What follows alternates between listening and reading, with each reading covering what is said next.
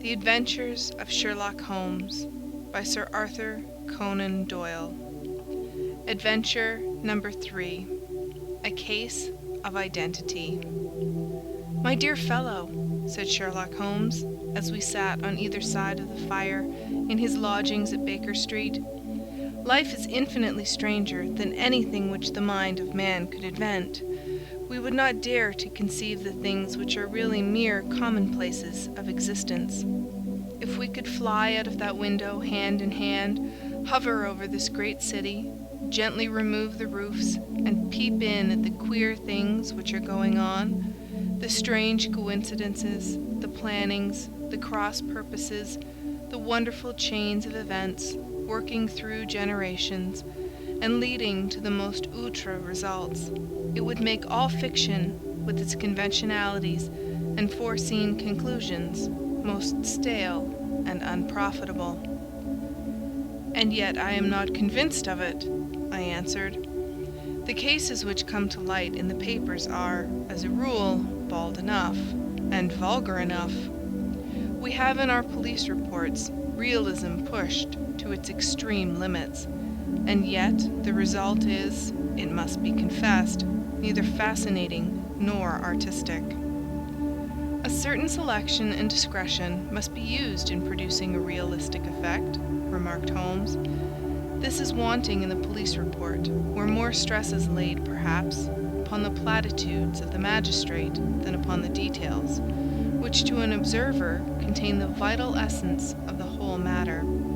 Depend upon it, there is nothing so unnatural as the commonplace." I smiled and shook my head. "I can quite understand your thinking so," I said. "Of course, in your position of unofficial adviser and helper to everybody who is absolutely puzzled throughout 3 continents, you are brought in contact with all that is strange and bizarre. But here," I picked up the morning paper from the ground, "let us put it to a practical test. Here is the first heading upon which I come: 'A husband's cruelty to his wife.' There is half a column of print, but I know without reading it that it is all perfectly familiar to me. There is, of course, the other woman, the drink, the push, the blow, the bruise, the sympathetic sister or landlady. The crudest of writers could invent nothing more crude."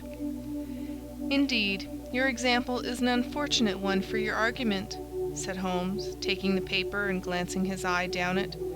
"This is the Dundas separation case, and, as it happens, I was engaged in clearing up some small points in connection with it.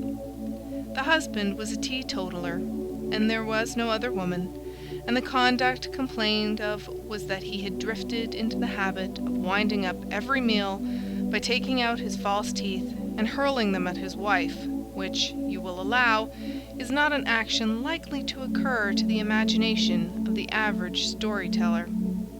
Take a pinch of snuff, Doctor, and acknowledge that I have scored over you in your example." He held out his snuff-box of old gold, with a great amethyst in the centre of the lid. Its splendour was in such contrast to his homely ways and simple life that I could not help commenting upon it. "Ah," said he, "I forgot that I had not seen you for some weeks. It is a little souvenir from the King of Bohemia in return for my assistance in the case of the Irene Adler papers." "And the ring?" I asked, glancing at a remarkable brilliant which sparkled upon his finger. "It was from the reigning family of Holland, though the matter in which I served them was of such delicacy that I cannot confide it even to you, who have been good enough to chronicle 1 or 2 of my little problems." "And have you any on hand just now?" I asked with interest.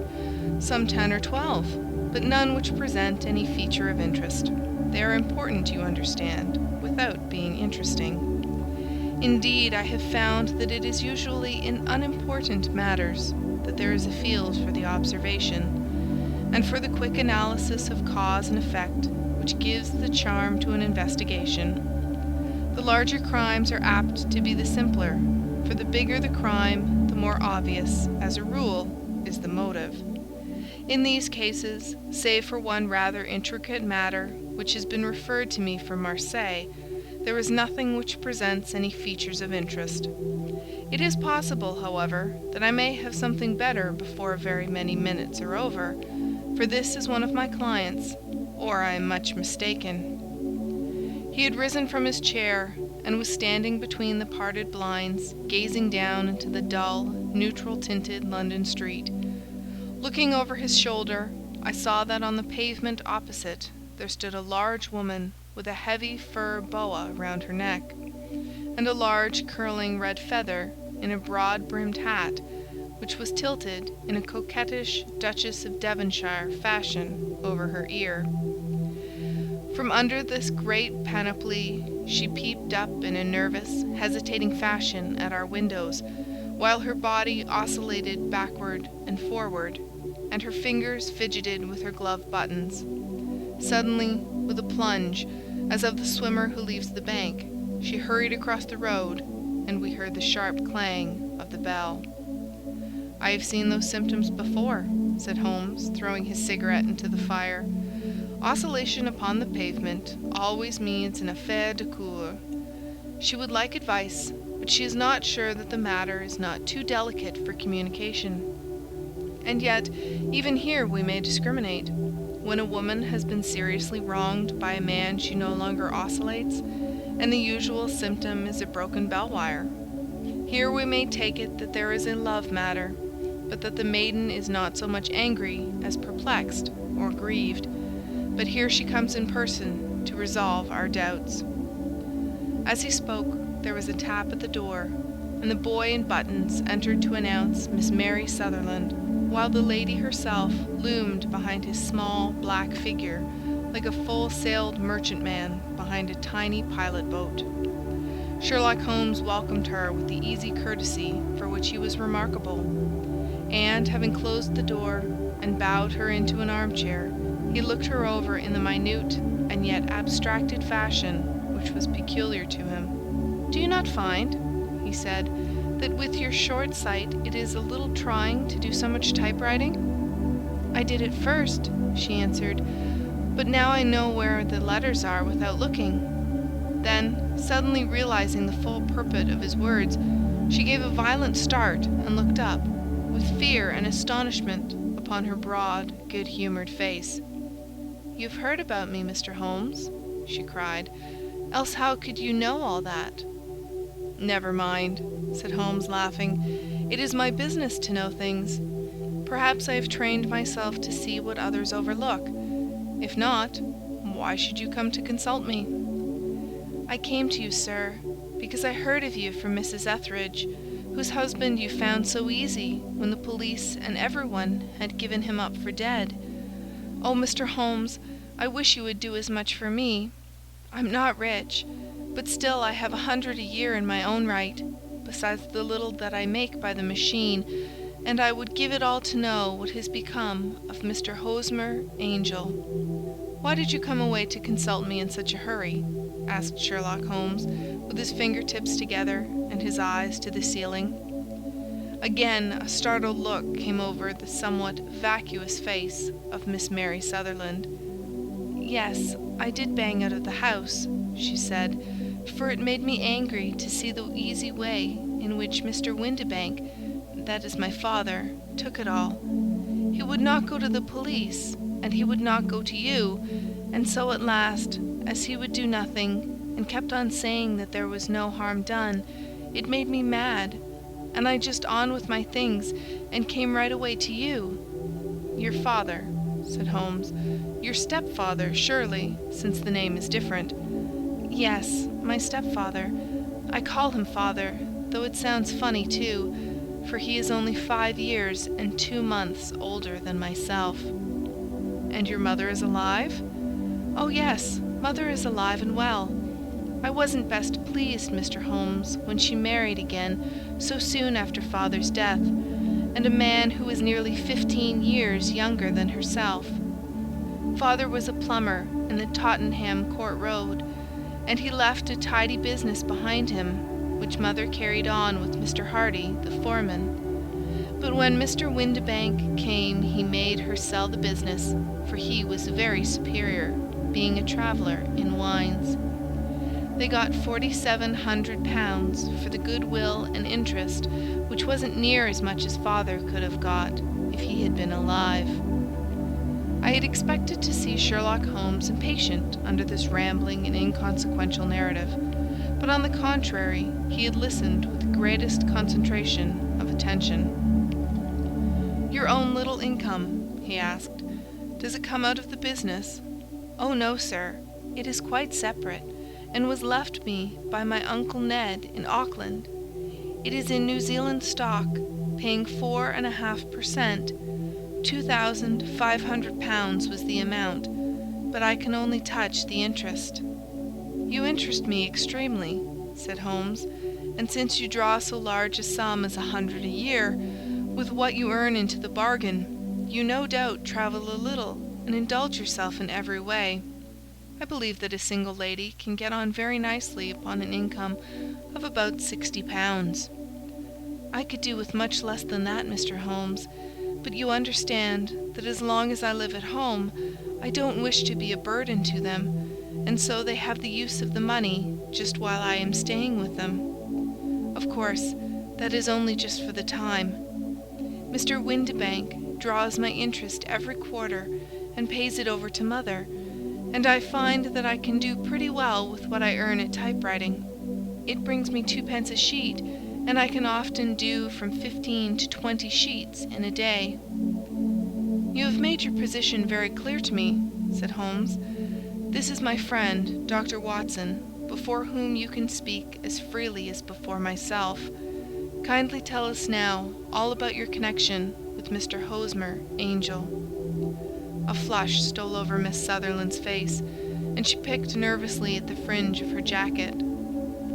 "I met him first at the gasfitters' ball," she said. "They used to send father tickets when he was alive, and then afterwards they remembered us and sent them to mother. Mr. Windibank did not wish us to go. He never did wish us to go anywhere. He would get quite mad if I wanted so much as to join a Sunday school treat. But this time I was set on going, and I would go, for what right had he to prevent? He said the folk were not fit for us to know, when all father's friends were to be there. And he said that I had nothing fit to wear, when I had my purple plush that I had never so much as taken out of the drawer. At last, when nothing else would do, he went off to France upon the business of the firm, but we went, mother and I, with Mr. Hardy, who used to be our foreman, and it was there I met Mr. Hosmer Angel." "I suppose," said Holmes, "that when Mr. Windibank came back from France, he was very annoyed at your having gone to the ball?" "Oh, well, he was very good about it. He laughed, I remembered, and shrugged his shoulders, and said there was no use denying anything to a woman, for she would have her way." "I see. Then at the gasfitters' ball you met, as I understand, a gentleman called Mr. Hosmer Angel?" "Yes, sir. I met him that night, and he called next day to ask if we had got home all safe, and after that we had met him, that is to say, Mr. Holmes, I met him twice for walks, but after that father came back again, and Mr. Hosmer Angel could not come to the house any more." "No?" "Well, you know father didn't like anything of the sort. He wouldn't have any visitors if he could help it, and he used to say that a woman should be happy in her own family circle. But then, as I used to say to mother, a woman wants her own circle to begin with, and I had not got mine yet." "But how about Mr. Hosmer Angel? Did he make no attempt to see you?" "Well, father was going off to France again in a week, and Hosmer wrote and said that it would be safer and better not to see each other until he had gone. We could write in the meantime, and he used to write every day. I took the letters in the morning, so there was no need for father to know." "Were you engaged to the gentleman at this time?" "Oh, yes, Mr. Holmes. We were engaged after the first walk that we took. Mr. Angel, was a cashier in an office in Leadenhall Street, and—" "What office?" "That's the worst of it, Mr. Holmes. I don't know." "Where did he live, then?" he slept on the premises." "And you don't know his address?" "No, except that it was Leadenhall Street." "Where did you address your letters, then?" "To the Leadenhall Street post office, to be left till called for. He said that if they were sent to the office, he would be chaffed by all the other clerks about having letters from a lady, so I offered to typewrite them, like he did his, but he wouldn't have that, for he said that when I wrote them they seemed to come from me, but when they were typewritten, he always felt that the machine had come between us. That will just show you how fond he was of me, Mr. Holmes, and the little things that he would think of." "It was most suggestive," said Holmes. "It has long been an axiom of mine that the little things are infinitely the most important. Can you remember any other little things about Mr. Hosmer Angel?" "He was a very shy man, Mr. Holmes. He would rather walk with me in the evening than in the daylight, for he said that he hated to be conspicuous. Very retiring and gentlemanly he was. Even his voice was gentle. He'd had the quinsy and swollen glands when he was young, he told me, and it had left him with a weak throat and a hesitating, whispering fashion of speech. He was always well dressed, very neat and plain, but his eyes were weak, just as mine are, and he wore tinted glasses against the glare." "Well, and what happened when Mr. Windibank, your stepfather, returned to France?" "Mr. Hosmer Angel came to the house again, and proposed that we should marry before father came back. He was in dreadful earnest, and made me swear, with my hands on the testament, that whatever happened, I would always be true to him. Mother said he was quite right to make me swear, and that it was a sign of his passion. Mother was all in his favor from the first, and was even fonder of him than I was. Then, when they talked of marrying within the week, I began to ask about father, but they both said never to mind about father, but just to tell him afterwards, and Mother said she would make it all right with him.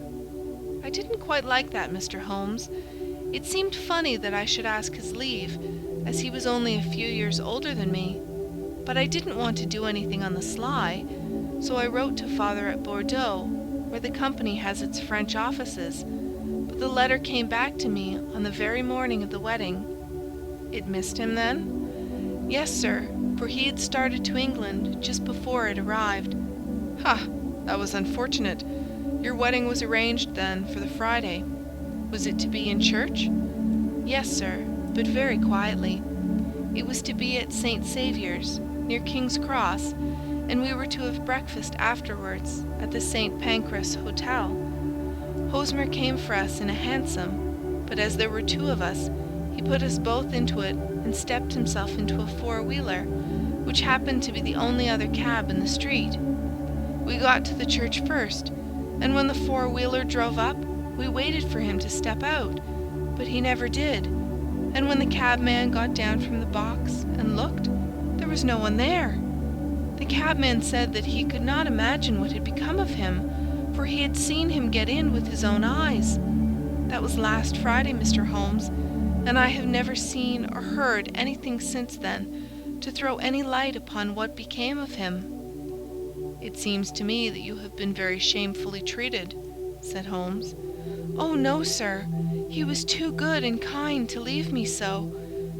Why, all the morning he was saying to me that, whatever happened, I was to be true, and that even if something quite unforeseen occurred to separate us, I was always to remember that I was pledged to him, and that he would claim his pledge sooner or later. It seemed strange talk for a wedding morning, but what has happened since gives a meaning to it." "Most certainly it does. Your own opinion is, then, that some unforeseen catastrophe has occurred to him?" "Yes, sir. I believe that he foresaw some danger, or else he would not have talked so. And then I think that what he foresaw happened." "But you have no notion as to what it could have been?" "None." "One more question. How did your mother take the matter?" "She was angry, and said that I was never to speak of the matter again." "And your father? Did you tell him?" "Yes, and he seemed to think, with me, that something had happened, and that I should hear of Hosmer again. As he said, what interest could anyone have in bringing me to the doors of the church, and then leaving me? Now, if he had borrowed my money, or if he had married me and got my money settled on him, there might be some reason. But Hosmer was very independent about money, and never would look at a shilling of mine. And yet, what could have happened? And why could he not write? Oh, it drives me half mad to think of it, and I can't sleep a wink at night." She pulled a little handkerchief out of her muff and began to sob heavily into it. "I shall glance into the case for you," said Holmes, rising, "and I have no doubt that we shall reach some definite result. Let the weight of the matter rest upon me now, and do not let your mind dwell upon it further. Above all, try to let Mr. Hosmer Angel vanish from your memory, as he has done from your life." "Then you don't think I'll see him again?" "I fear not." "Then what has happened to him?" "You will leave that question in my hands. I should like an accurate description of him, and any letters of his which you can spare." "I advertised for him in last Saturday's Chronicle," said she. "Here is the slip, and here are 4 letters from him." "Thank you. And your address?" 31 Lyon Place, Camberwell. "Mr. Angel's address you never had, I understand. Where is your father's place of business?" "He travels for Westhouse and Marbank, the great claret importers of Fenchurch Street." "Thank you. You have made your statement very clearly. You will leave the papers here, and remember the advice which I have given you. Let the whole incident be a sealed book, and do not allow it to affect your life." "You are very kind, Mr. Holmes, but I cannot do that. I shall be true to Hosmer. He shall find me ready when he comes back." For all the preposterous hat and the vacuous face, there was something noble in the simple faith of our visitor which compelled our respect. She laid her little bundle of papers upon the table and went her way, with a promise to come again whenever she might be summoned. Sherlock Holmes sat silent for a few minutes, with his fingertips still pressed together, his legs stretched out in front of him, and his gaze directed upward to the ceiling. Then he took down from the rack the old and oily clay pipe, which was to him as a counselor, and, having lit it, he leaned back in his chair, with the thick blue cloud wreaths spinning up from him, and a look of infinite languor upon his face. "Quite an interesting study, that maiden," he observed. "I found her more interesting than her little problem, which, by the way, is rather a trite one. You will find parallel cases, if you consult my index, in Andover in '77. And there was something of the sort at The Hague last year.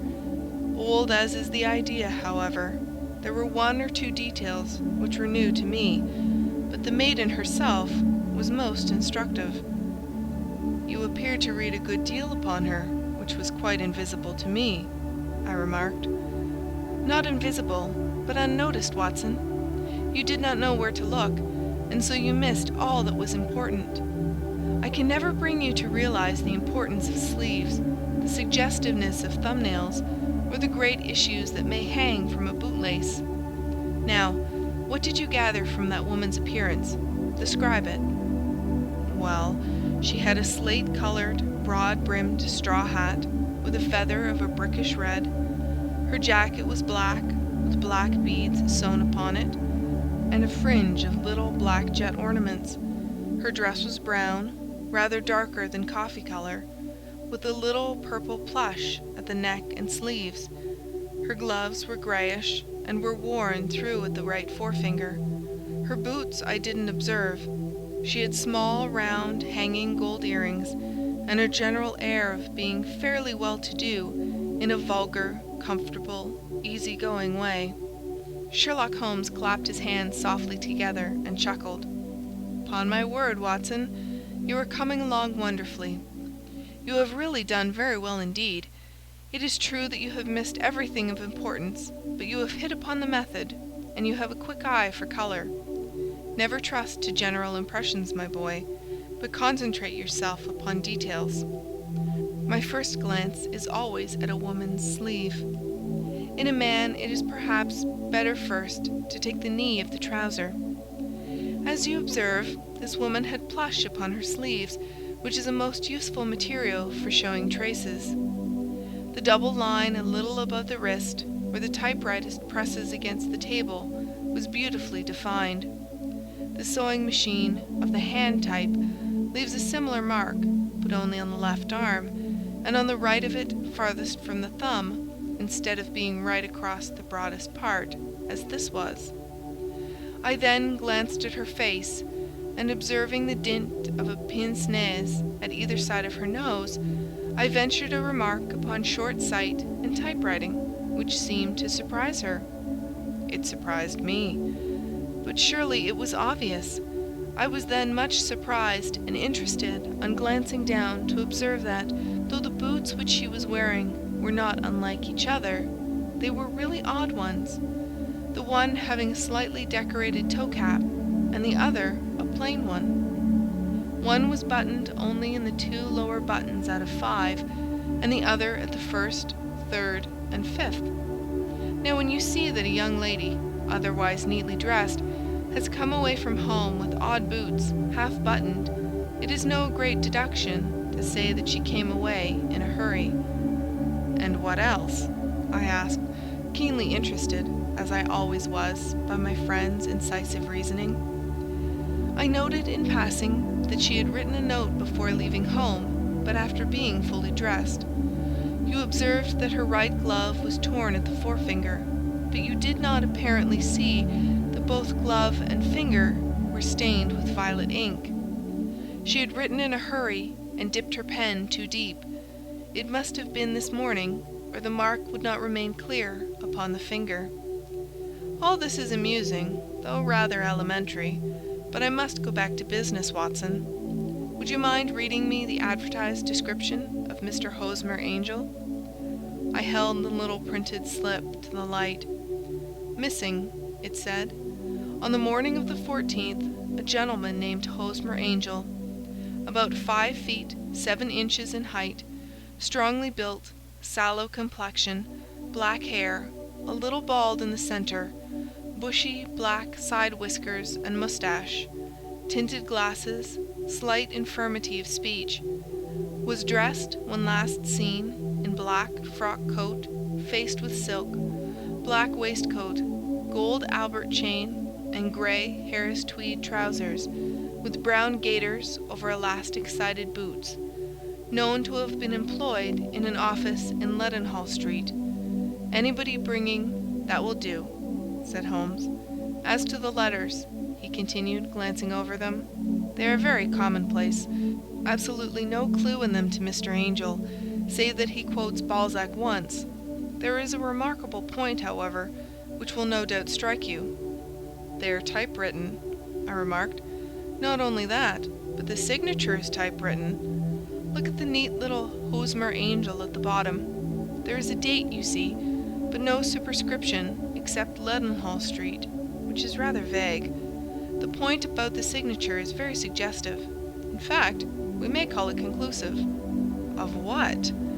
"My dear fellow, is it possible you do not see how strongly it bears upon the case?" "I cannot say that I do, unless it were that he wished to be able to deny his signature if an action for breach of promise were instituted. No, that was not the point. However, I shall write 2 letters which should settle the matter. One is to a firm in the city, the other is to the young lady's stepfather, Mr. Windibank, asking him whether he can meet us here at 6 o'clock tomorrow evening. It is just as well that we should do business with the male relatives. And now, Doctor, we can do nothing until the answers to those letters come, so we may put our little problem upon the shelf for the interim."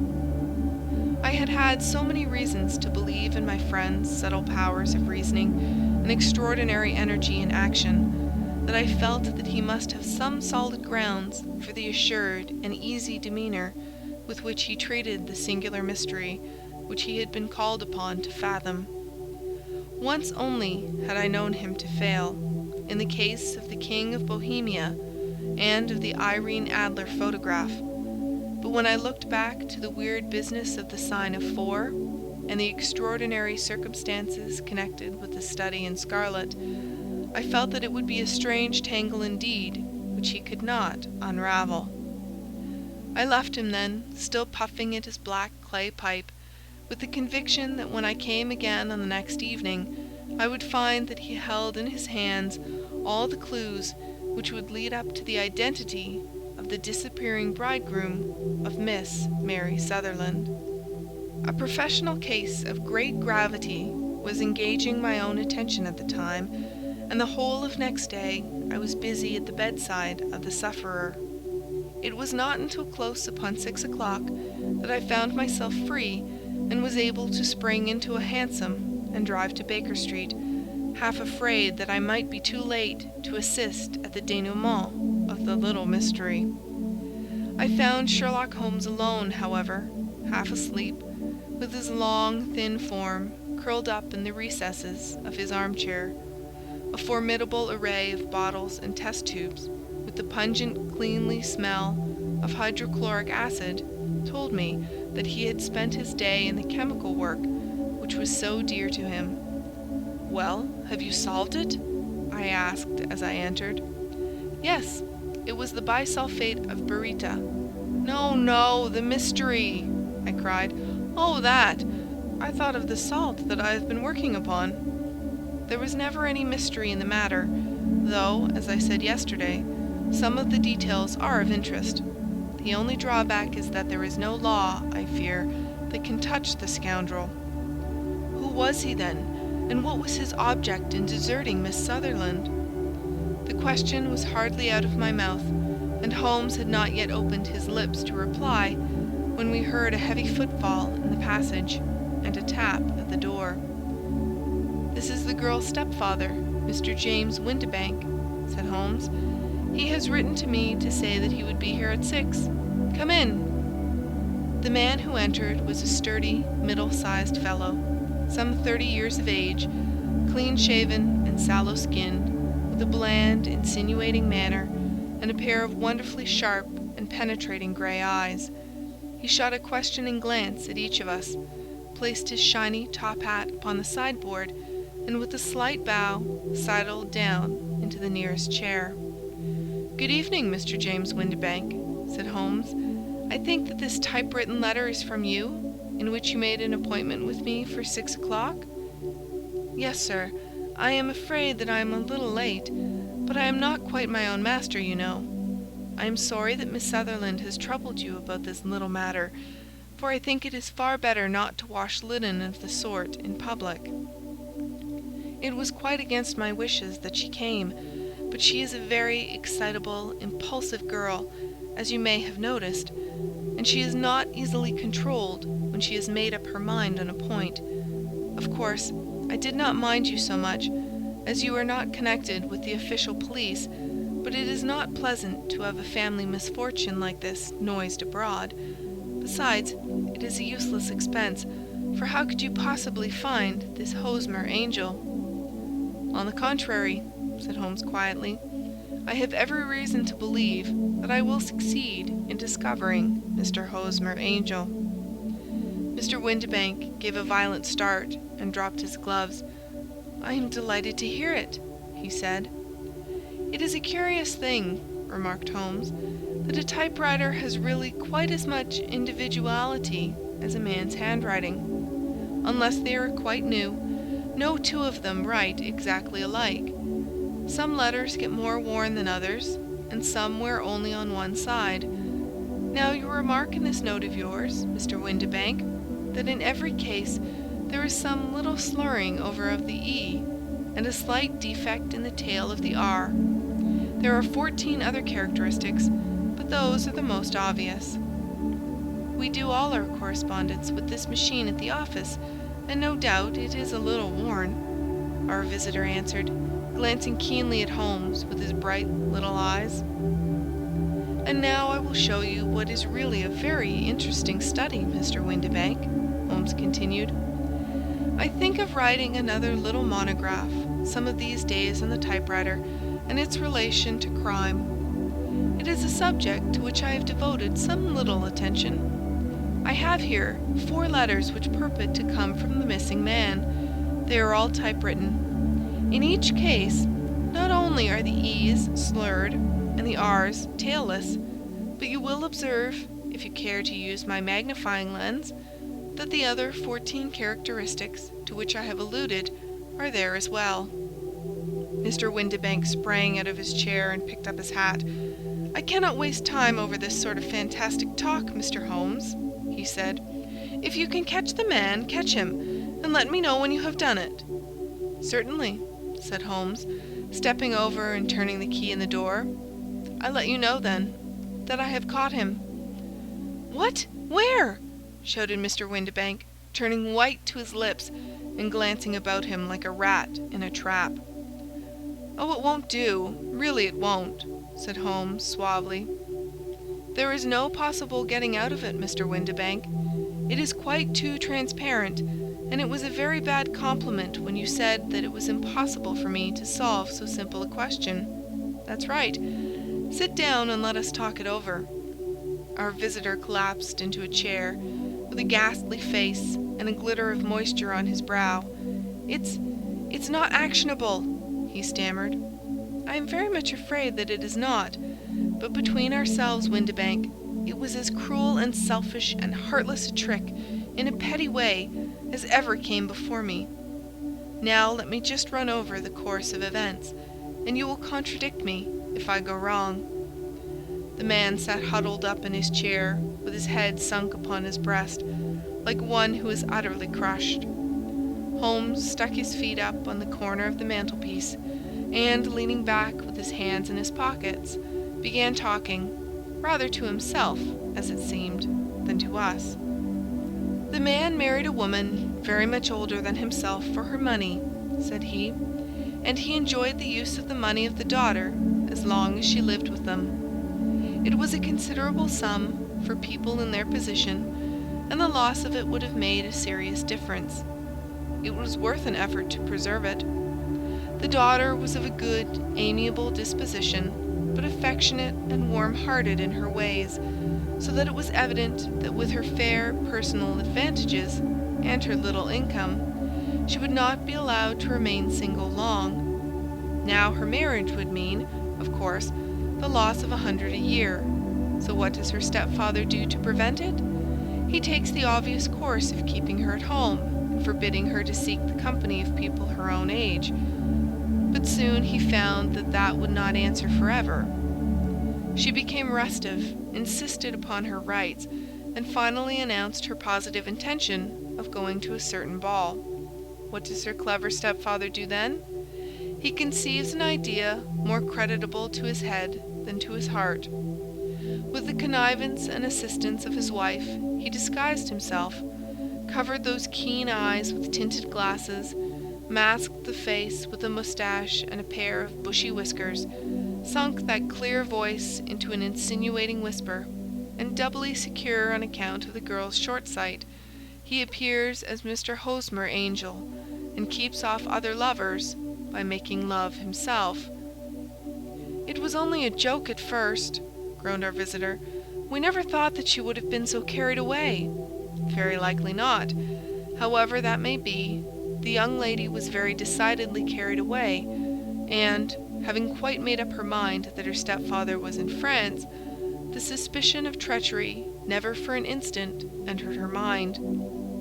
She was flattered by the gentleman's attentions, and the effect was increased by the loudly expressed admiration of her mother. Then Mr. Angel began to call, for it was obvious that the matter should be pushed as far as it would go if a real effect were to be produced. There were meetings and an engagement which would finally secure the girl's affections from turning towards anyone else. But the deception could not be kept up forever. These pretended journeys to France were rather cumbrous. The thing to do was clearly to bring the business to an end in such a dramatic manner that it would leave a permanent impression upon the young lady's mind, and prevent her from looking upon any other suitor for some time to come. Hence those vows of fidelity exacted upon a testament, and hence also the allusions to a possibility of something happening on the very morning of the wedding.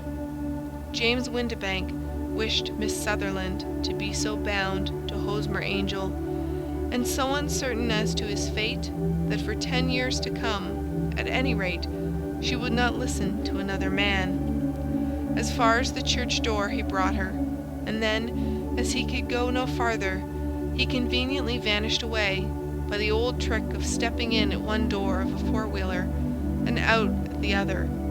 I think that was the chain of events, Mr. Windibank." Our visitor had recovered something of his assurance while Holmes had been talking, and he rose from his chair now with a cold sneer upon his pale face.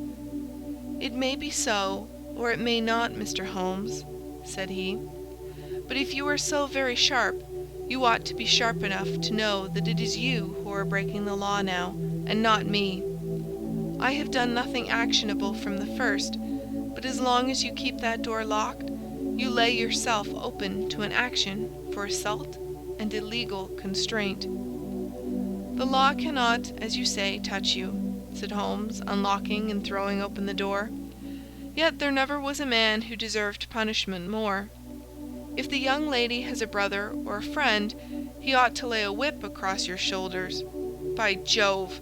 he continued, flushing up at the sight of the bitter sneer upon the man's face, "it is not part of my duties to my client, but here's a hunting crop handy, and I think I shall just treat myself to—" He took 2 swift steps to the whip, but before he could grasp it, there was a wild clatter of steps upon the stairs, the heavy hall door banged, and from the window we could see Mr. James Windibank running at the top of his speed down the road.